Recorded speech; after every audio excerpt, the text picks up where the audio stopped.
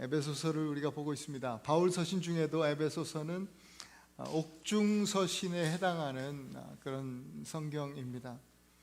하나님의 지혜와 또 은혜를 사모하면서 지속적으로 바울이 그 지혜와 은혜를 공급받습니다. 하나님께로부터.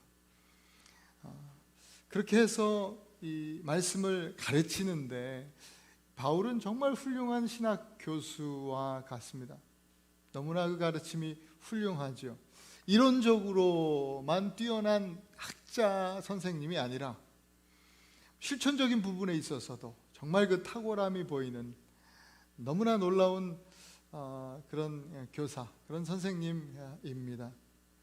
에베소서도 그렇습니다. 6장으로 되어 있는데 1장부터 3장까지는 구원에 대한 교리에 대한 그 구원의 교리를 강의하는 내용입니다.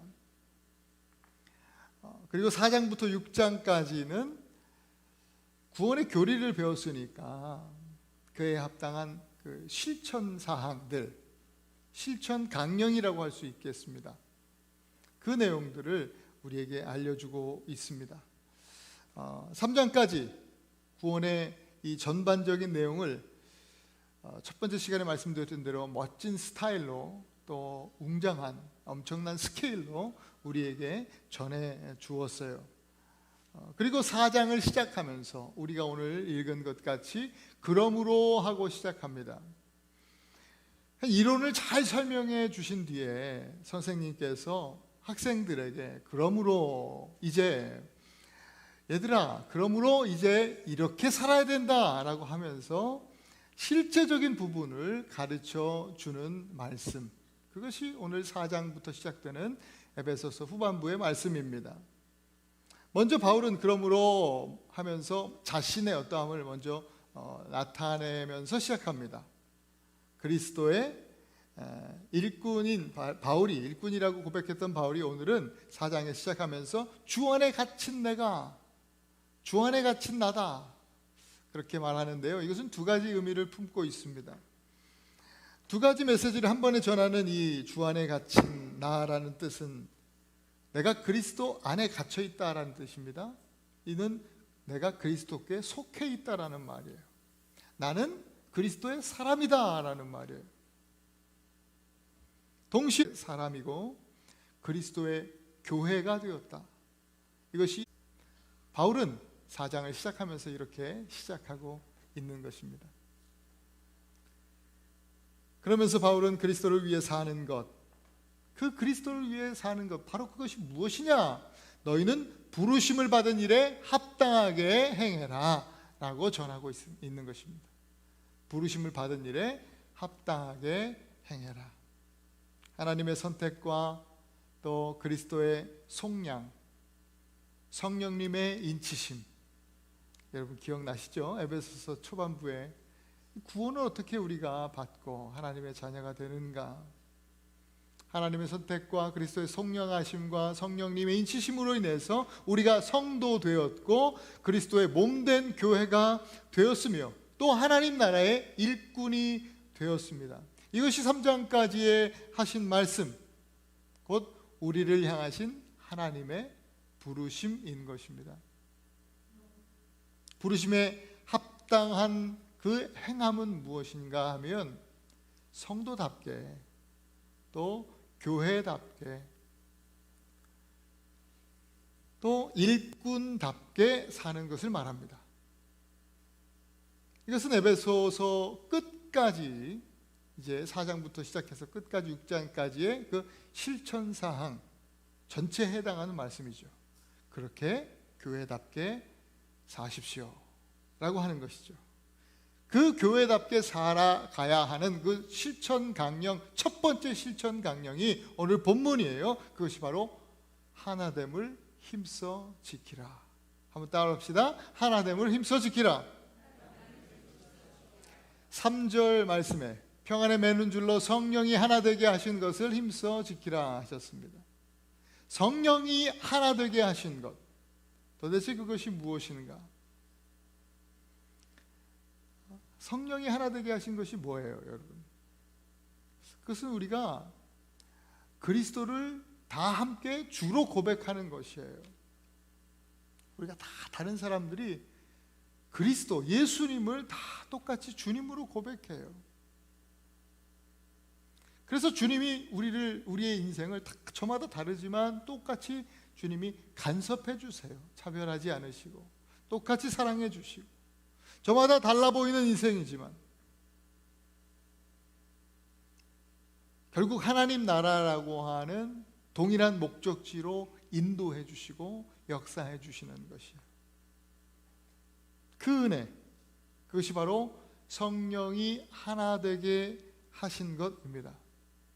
심플하게, 아주 단순하게 말하면 바로 우리가 그리스도의 한 몸이고 그리스도의 한 공동체, 교회가 되었다라는 것이죠. 이것을 힘써 지키라는 거예요. 이것을 힘써 지키라.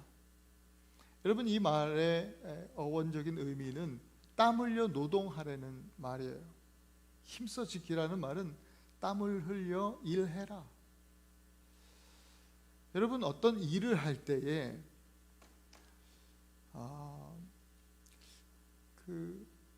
툴이 필요하잖아요.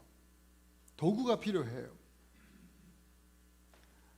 툴이 있고 없고의 차이는 하늘과 땅 차이예요. 어떤 일들은 툴이 없으면 아예 일을 할 수가 없어요. 그렇죠? 여러분, 땅을 파는 지금 땅을 파야 할 그 일이 있다고 생각해 봅시다. 우리 정의진 집사님, 땅을 파야 돼요. 무슨 툴을 가지고 하실 거예요? 삽이 필요하대요. 100점이에요. 잘하셨어요. 삽이 필요하죠. 삽이 없으면 땅 파는데 참 어려움이 있을 거예요. 곡괭이도 있으면 더 좋고, 그죠?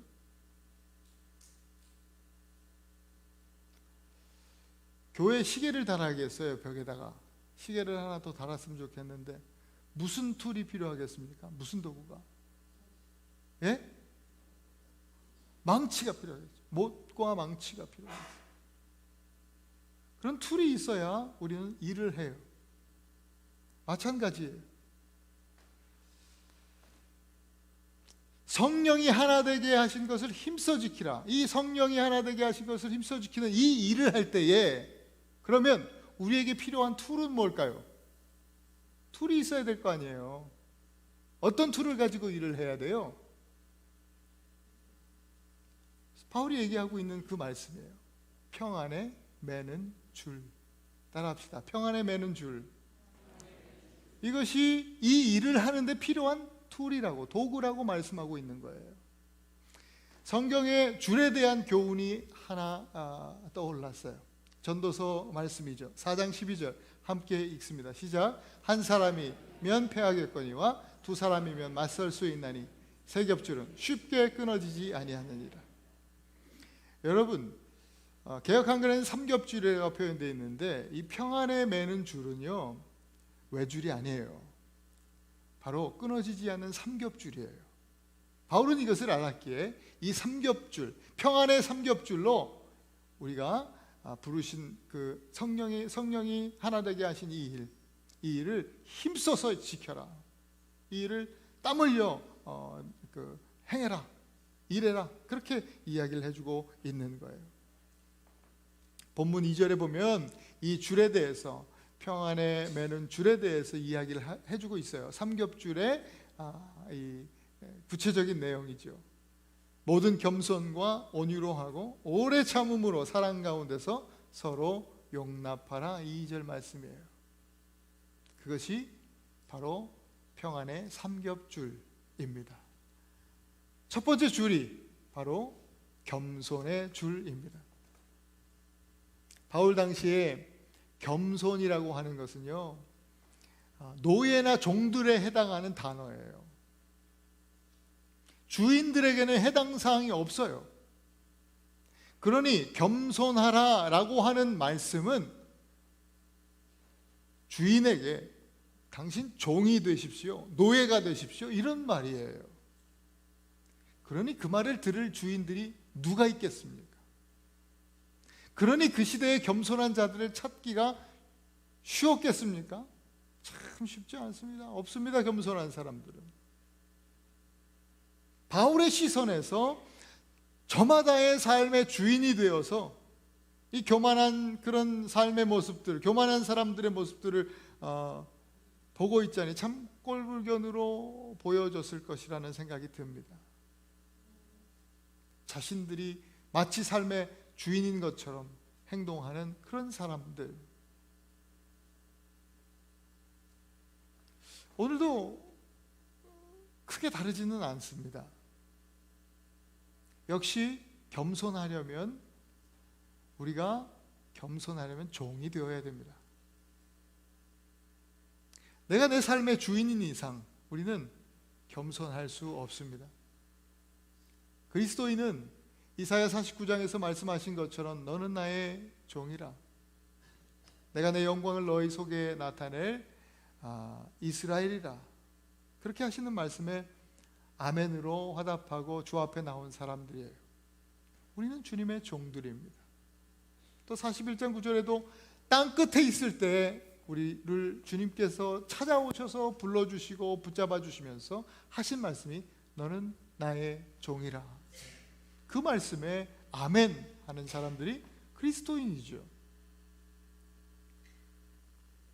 그리스도인은 오직 예수 그리스도만을 주인으로 삼은 사람들입니다. 마가복음 10장에 44절 45절에 예수님께서 이런 말씀을 하셨어요. 함께 한번 읽어보시죠. 시작. 너희 중에 누구든지 으뜸이 되고자 하는 자는 모든 사람의 종이 되어야 하리라. 인자가 온 것은 섬김을 받으려 함이 아니라 도리어 섬기려 하고 자기 목숨을 많은 사람의 대속물로 주려 함이니라. 아멘. 온 우주의 주인이신 예수님께서요, 이 땅에 종으로 오셨답니다. 이것이 예수님께서 우리에게 보이신 겸손입니다. 섬김을 받으러 오신 것이 아니라 섬기러 오셨다라고 했습니다. 예수님은 십자가 지시기 전에 아버지 내 뜻대로 하지 마시고 아버지 뜻대로 되기를 원하나이다 기도하시고 십자가를 지셨습니다. 십자가는 하나님 아버지의 말씀 앞에 온전히 완전히 순종한 그 순종의 사역입니다. 종은 순종합니다. 종이 할 수 있는 유일한 일은 순종하는 일입니다. 따라서 순종은 겸손입니다. 겸손은 곧 순종입니다. 주인이신 예수님께서 종으로 이 땅에 오셔서 겸손하신 종으로 오셔서 선택하신 일이 바로 순종입니다. 그래서 예수님을 겸손의 왕이라고 우리는 부르는 것입니다. 말씀에 순종하고 또 그리스도의 몸된 교회의 질서에 순종하고 나보다 남을 또 낮게 여기고 섬김을 받기보다 도리어 섬기는 것, 이 겸손의 줄을 통해서 우리는 교회로 딱 단단하게 묶여지는 것입니다. 언더우드 선교사를 여러분들 잘 아실 겁니다. 언더우드 선교사가 한국에 와서 선교 사역을 할 때에 한국어를 공부하고요, 한국 사람처럼 옷을 입고 한국 사람이 먹는 한국 문화 가운데 들어가서 한국 사람이 먹는 음식을 먹으면서 그렇게 한국화 되어지면서 이제 선교를 했습니다. 어느 날 선교사님이 주막에 들러서, 요즘 말하면 식당이죠, 식당에 들려서 저녁 식사를 하는데 어떤 젊은 사람이 같이 옆에서 식사를 하다가 당시만 해도 외국인, 백인이 오면 대단히 흥미로운 구경거리 아니겠습니까? 원숭이처럼 동물처럼 보는 겁니다. 밥 먹는 걸 뚫어지게 보고 구경하다가 식사를 이제 선교사님이 하는데 그 청년이, 그 젊은이가 하는 말이 야, 이게 밥도 먹네? 이렇게 얘기하는 거야. 마치 무슨 원숭이를 얘기하는 것처럼 밥도 먹네. 근데 선교사님이 한국어 공부를 충분히 하셨을 때라 그걸 알아들었어요. 근데 선교사님이 화를 내지 않고 웃으면서 미소를 띤 얼굴로 그 사람에게 예, 국도 먹습니다 이렇게 얘기해요. 선교사님이 식사를 하는데 대답을 또 하니까 한국말로, 그러니까 이 사람이 또 깜짝 놀라요. 야, 이게 말도 하네? 이러는 거예요. 말도 하네. 선교사님이 당황하지 않고 미소를 잃지 않으면서 하셨던 말이 예, 글도 씁니다. 이렇게 이야기를 하셨대요. 사실 언더우드를 동물 취급하던 주막의 남자와 이 선교사님을 굳이 세상적으로 좀 비교를 하자면 이 언더우드 선교사가 수십 배, 수백 배는 더 많이 배우고 가정 배경도 이분 좋습니다. 똑똑하고 집안 배경이나 가진 것이나 어느 하나 비교가 되지 않습니다. 그러나 언더우드는 이런 모욕을 당하면서도 종처럼 낮아지기를 마다하지 않았습니다. 언더우드는 겸손의 줄이라는 툴을 사용해서 복음을 전하고 또 교회를 세워 나갔습니다. 식당에서 그렇게 언더우드에게 막말하던 그 젊은이도 그 겸손의 도구로, 겸손의 줄로 전하는 이 언더우드의 복음을 듣고 예수 믿고 구원을 받고 또 교회의 일원이 되었다는 그런 일화가 전해지고 있습니다. 야고보서 4장 6절 말씀 우리 함께 한번 읽어보십시다. 시작. 더욱 큰 은혜를 주시나니 그러므로 일러스되 하나님이 교만한 자를 물리치시고 겸손한 자에게 은혜를 주신다 하였느니라. 아멘. 여러분, 겸손은 주인의 자리에서 내려와서 종의 자리로 가는 것입니다. 세례 요한 여러분 아시죠? 세례 요한이요, 그 한 시대에 정말 위대한 일을 감당하고 유명한 사람이었어요. 제자들도 참 많이 있었습니다. 그런데 어느 날 제자들이 다급한 목소리로 요한을 찾아와서 이야기합니다. 선생님, 큰일 났습니다. 이제 사람들이 우리에게 오지 않고 선생님에게 나와 세례를 받지 않고 다 예수라는 저 젊은이에게 다 나갑니다. 우리 어떻게 하면 좋습니까? 속된 말로 손님 하나도 없습니다. 옆집에 다 뺏겼습니다. 어떻게 합니까? 뭐 먹고 삽니까? 뭐 이런 얘기를 하는 거죠. 그렇게 이야기할 때 요한은 분명하게 이야기합니다. 제자들에게 나는 그리스도가 아니다.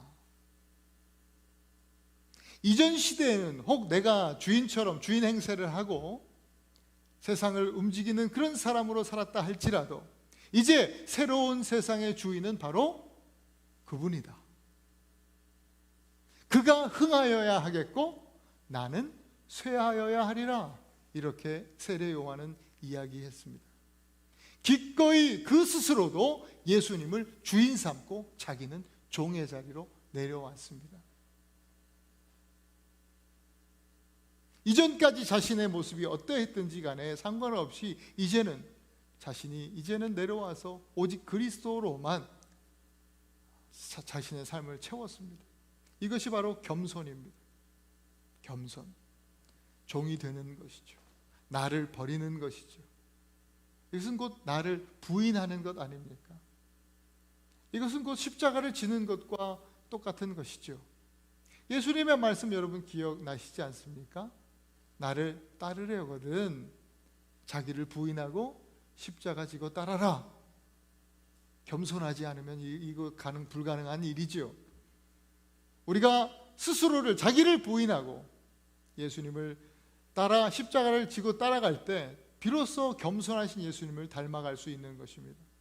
내가 먼저 겸손하게 낮아지고 여러분 상대방을 높이게 된다면 어떻습니까? 어떤 관계 안에서도 또 우리 공동체 안에서도 하나됨이 가능해지지 않겠습니까? 그래서 이 겸손의 툴, 겸손의 줄이라고 하는 이 툴이 중요하다 말입니다. 우리 모두가 이 겸손의 줄로 성령의 하나 되게 하신 것을 힘써 지키는 그런 교회가 되기를 소원합니다. 두 번째 이 평안에 매는 삼겹줄은 온유의 줄입니다. 온유. 여러분, 온유라고 하는 말, 우리말은 따뜻하고 부드럽다 이런 뜻이죠. 따뜻하고 부드럽다. 그런데 이 어원적인 의미는 길들여져 있는 야생마라는 의미를 갖습니다. 온유라는 말이에요.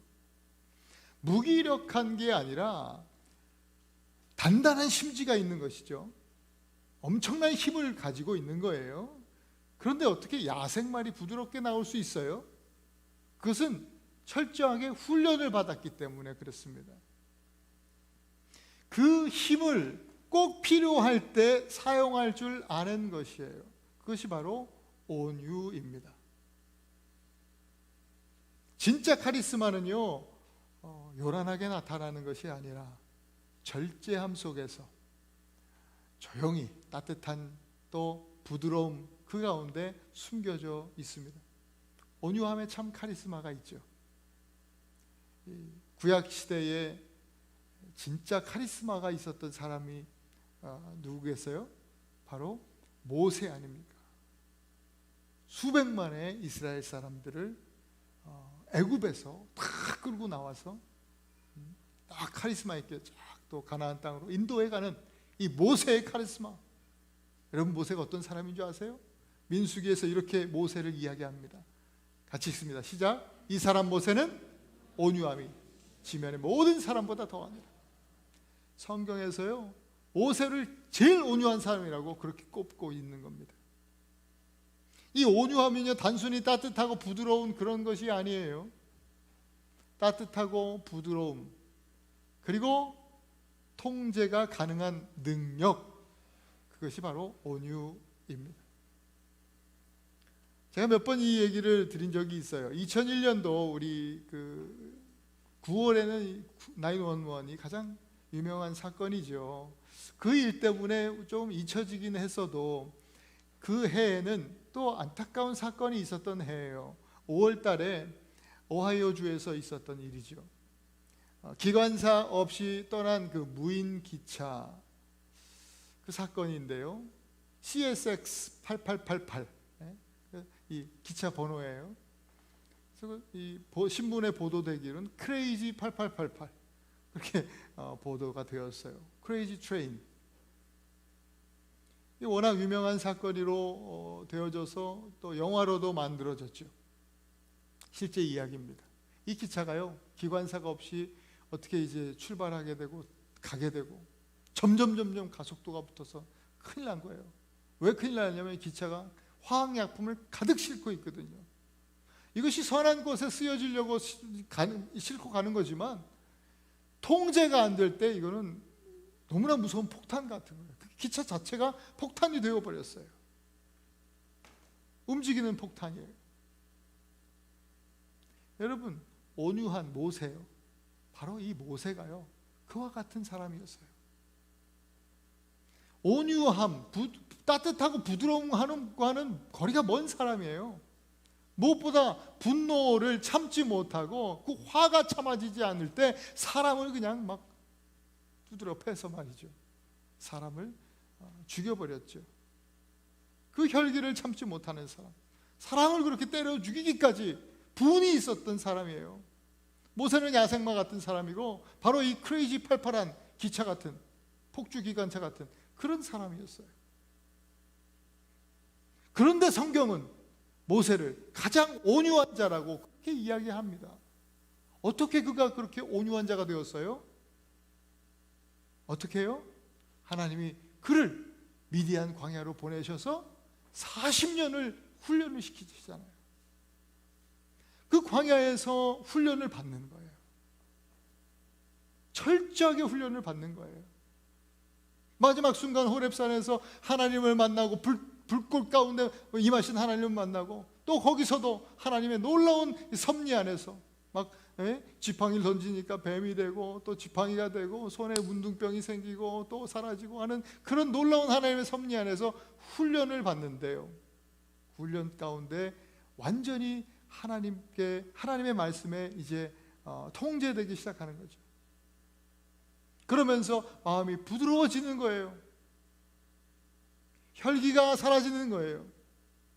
여러분, 호세아 말씀 이 10장 12절에 보면 이런 말씀이 있어요. 함께 한번 읽어볼까요? 시작. 너희 묵은 땅을 기경하라. 지금 이곳 여호와를 찾을 때니 마침내 여호와께서 오사 공의를 비처럼 너희에게 내리시리라.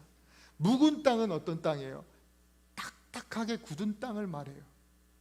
이걸 기경하라고 했잖아요. 기경한다라는 말 요즘 잘 안 쓰지만 이 원어가 니를 하고 하는 말인데 완전 산산조각내다, 완전히 갈아엎어, 뒤집어 엎다, 이런 뜻이에요. 이 묵은 땅은 사실 우리 마음 밭에 대한 이야기잖아요. 땅 얘기하는 게 아니에요. 지금 우리 마음 얘기하는 거예요. 마음이 딱딱하게 굳어져 있는 거죠. 강팍하게 굳어져 있는 거예요. 혈기가 왕성해서 말이죠. 이전에 모세와 같은 마음이에요. 그런데 이 딱딱한 마음이요, 굳은 마음이 완전히 부서져야 되는 거죠. 뒤집어져야 되는 거예요. 그렇게 뒤집어져서 부드러운 마음밭이 되어야 그 땅에 하나님 성령께서 오셔서 그 의와 공의를 비처럼 내리실 때 그 복음의 씨가 뿌리를 내리고 거기서 아름다운 성령의 열매가 맺게 되는 것입니다. 광야에서 모세의 마음이 그렇게 부서지고 뒤집어진 거예요. 게다가 이제 하나님께서 말씀하시면 그 말씀으로 인해서 완전하게 통제 가능한 사람이 된 거죠. 통제 불능의 상태에서 통제 가능의 상태로 변화된 거예요. 야생마 같던 통제되지 않는 그 모세가 이제 주님이 말씀하시고 주님이 타셔서 주인 되셔서 야 하시면 가고 워 하시면 서는 그런 훈련된 야생마가 되는 것이죠. 그것이 바로 모세의 온유함입니다. 그 모세의 온유함은 여러분 아시는 것 같이 출애굽한 이스라엘 백성들 어때요? 원망과 불평과 불만 가득한 그 이스라엘 백성들 툭하면 찢어지고 돌아가겠다 그러고 싸우고 난리를 치잖아요. 끊임없이 쪼개지고 나뉘어지려고 하는 그 이스라엘 백성들을 어떻게 해요? 모세가 그 온유의 줄, 그 툴로 이스라엘 백성들을 하나로 묶잖아요. 흩어지지 않도록. 그것이 바로 모세의 온유함이에요. 오늘 저와 여러분들, 우리들의 굳은 마음 또한 오늘 이 예배 가운데 말씀으로, 성령으로 부서지고 뒤집어질 수 있기를 축복합니다. 무엇보다도 하나님께서 말씀하실 때에 그 말씀 앞에서 우리는 통제 가능한 하나님의 사람들이 되기를 원해요. 그런 온유의 사람들이 되시기를 축복합니다. 그래서 우리는 날마다 이 온유의 줄을 사용해서 성령의 하나 되게 하신 것을 힘써 지키는 교회가 되었으면 좋겠습니다. 마지막으로 이 평안에 매는 이 삼겹줄 세 번째 줄은 바로 인내의 줄입니다. 인내의 줄. 제가 저 삼겹줄 제가 원하는 그림을 찾는데 시간이 오래 걸렸어요. 왜냐하면 여러분들에게 이미지를 씹어 드리려고. 삼겹줄의 이미지. 그래서 머릿속에 딱 그려 놓으세요. 마지막 줄은 인내의 줄. 바울이요 가장 길게 이것을 설명해요. 오래 참음으로 사랑 가운데서 서로 용납하라 그랬어요. 오래 참음 인내잖아요. 인내는 사랑입니다. 고린도전서 13장 사랑장 보시면 사랑은 어떻게 해요? 사랑을 정의할 때 어떻게 얘기해요? 사랑은 오래 참고, 또 이것저것 얘기하면서 사랑은 끝까지 견디느니라. 그것이 바로 사랑에 대한 정의예요. 그러니까 사랑은 곧 뭐예요? 인내라는 거예요. 오래 참는 것이죠.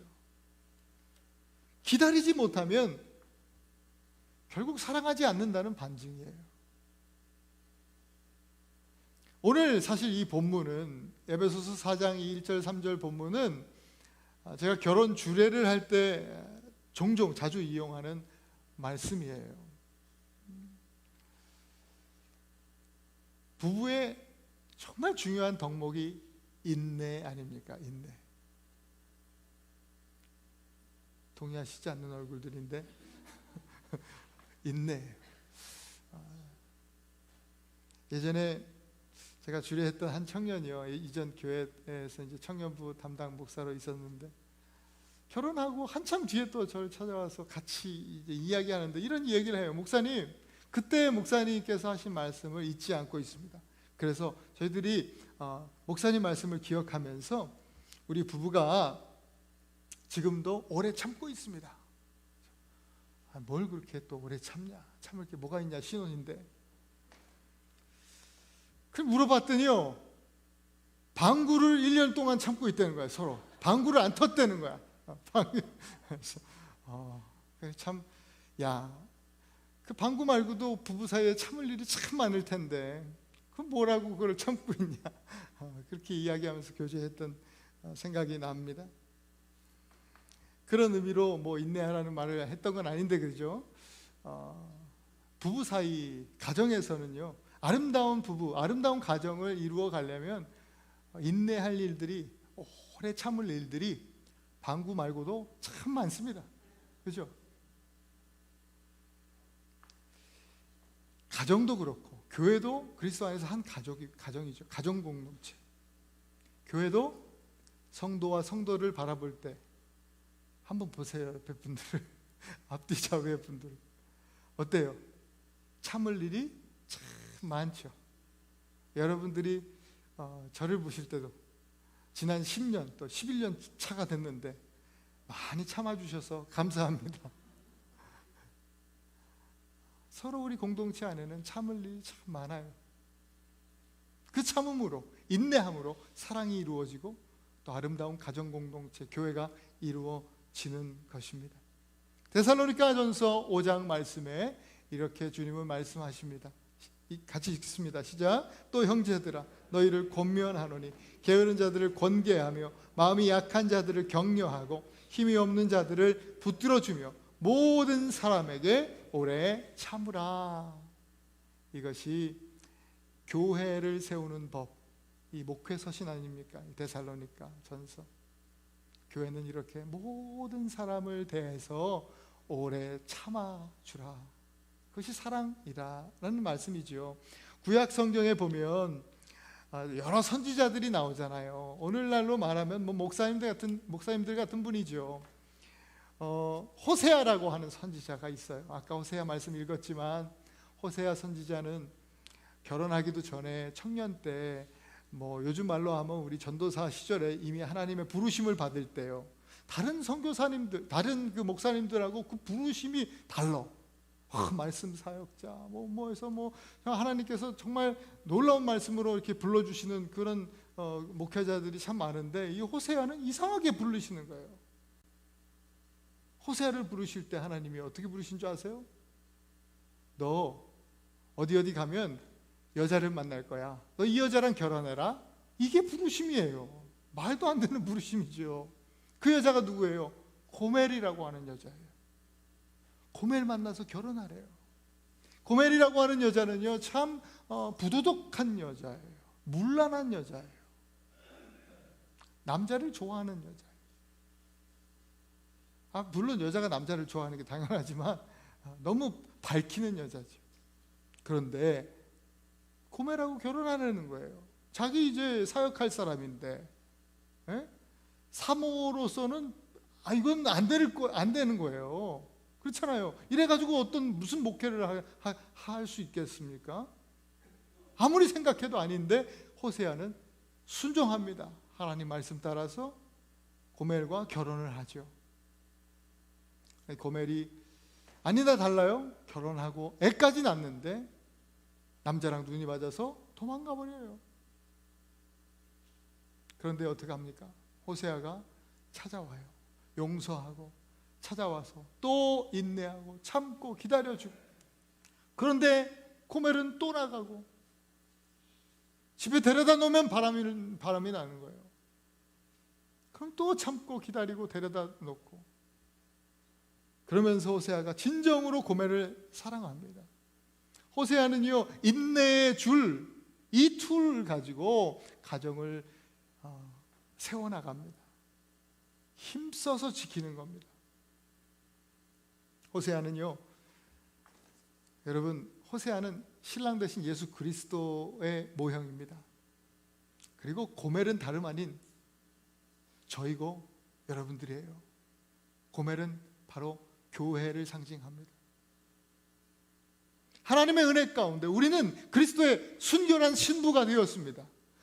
그리스도, 우리 주님, 호세아로 이 말씀되어지는 예수 그리스도는요, 하나님 말씀에 순종해서 저와 여러분 같은, 고멜 같은, 우리 같은 사람들을 신부로 삼아 주신 거예요. 이게 얼마나 큰 은혜입니까? 근데 우리는 어떻게 해요? 붙잡아놓으면 도망가고 바람 피고 저 세상 것이 좋다 그러고, 그럼에도 불구하고 예수님은 참고 또 참아주시죠. 지난 한 주 동안 바람 많이 피셨잖아요, 여러분. 예? 죄 많이 짓고 또 오셨잖아요, 그잖아요. 세상에서 살다가 마음대로 살다가 또 오셨어요. 그러나 예수님이 또 용서해 주시는 거예요. 그럼에도 불구하고 참고 여러분들을 붙들어 주시고 사랑해 주시는 거예요. 예수 그리스도와 우리와의 그 연합, 하나됨, 여러분 이것이 우리의 믿음 때문에 되는 게 아니에요. 우리가 열심히 신앙생활하고 봉사하고 교회 생활하고 헌금해서 우리가 그렇게 한다고 해서 그리스도와 우리와의 연합이 이루어지는 게 아니라, 유지되는 게 아니라, 이 하나됨은 오직 그리스도께서 인내해 주시는 그 은혜로 말미암은 거예요. 주님 때문에 그렇습니다. 우리 베드로후서 3장 9절 말씀을 함께 읽습니다. 시작. 주의 약속은 어떤 이들의 더디다고 생각하는 것 같이 더딘 것이 아니라 오직 주께서는 너희를 대하여 오래 참으사 아무도 멸망하지 아니하고 다 회개하기에 이르기를 원하시느니라. 오래 참으신대요, 주님이요. 여러분 다 구원받기를 원하시는 거예요. 다 천국 백성 되기를 주님이 원하시는 거예요. 그래서 오늘도 참아주시는 거예요. 기다리시는 거죠. 그래서 우리 그리스도의 순결한 신부된 우리가 할 일은 뭐냐? 그것은 히브리 12장 2절에서 우리에게 말씀 주시고 있죠. 오늘 이렇게 해야 돼요. 같이 한번 읽습니다. 시작. 믿음의 주여 또 온전케 하시는 인 예수를 바라보자. 그는 그 앞에 있는 기쁨을 위하여 십자가를 참으사 부끄러움을 개의치 아니하시더니 하나님 보좌 우편에 앉으셨느니라. 예수님은 우리를 위해서, 당신의 기쁨이신 우리를 위해서 십자가를 참으셨어요. 우리를 온전케 하시기 위해서 오래 참으시는 우리 신랑 되신 예수 그리스도, 주님을 바라보는 순결한 신부가 되어야 하는 것입니다. 이번 한 주간 동안 여러분 바람피지 말고 오직 그리스도만, 우리 신랑 되신 그리스도만 바라보시는 순결한 신부 되실 수 있기를 축원합니다. 누가복음 15장에는요 탕자의 비유, 우리가 흔히 아는, 그러나 사실은 아버지에 대한 이야기예요. 두 아들 둔 아버지죠. 그 중에 둘째 아들이 탕자잖아요. 아버지에게 관심이 없어요. 오직 아버지 재산에만 관심이 있어요. 그래서 유산을, 아버지 돌아가시지도 않았는데 나한테 줄 유산이 있지 않냐, 달라. 아버지에 대한 사랑이 없고 오직 물질, 돈을 사랑하는 사람의 대표예요. 그 사람을 바로 탕자라 하죠. 탕자, 여러분 사전 찾아보면 어떻게 나와 있어요? 방탕한 사람, 이렇게 나와 있죠. 돈 사랑하는 사람이요, 방탕한 사람인 거예요. 하나님보다 돈을 더 사랑하면 탕자 되는 것이죠. 아버지를 기다리지 못하고 아버지께서 주실 때가 되면 주실 그 기업과 은혜를 기다리지 못하고 결국은 돈 받아서 아버지를 떠난 이 탕자. 반면에 아버지는 어떻습니까? 그런 탕자라도 기다리고 또 기다려 주십니다. 아들이 돌아올 때까지 끝까지 매일 하루가 멀다 하고 나와서 아들을 기다립니다. 그것이 뭐예요? 인내죠.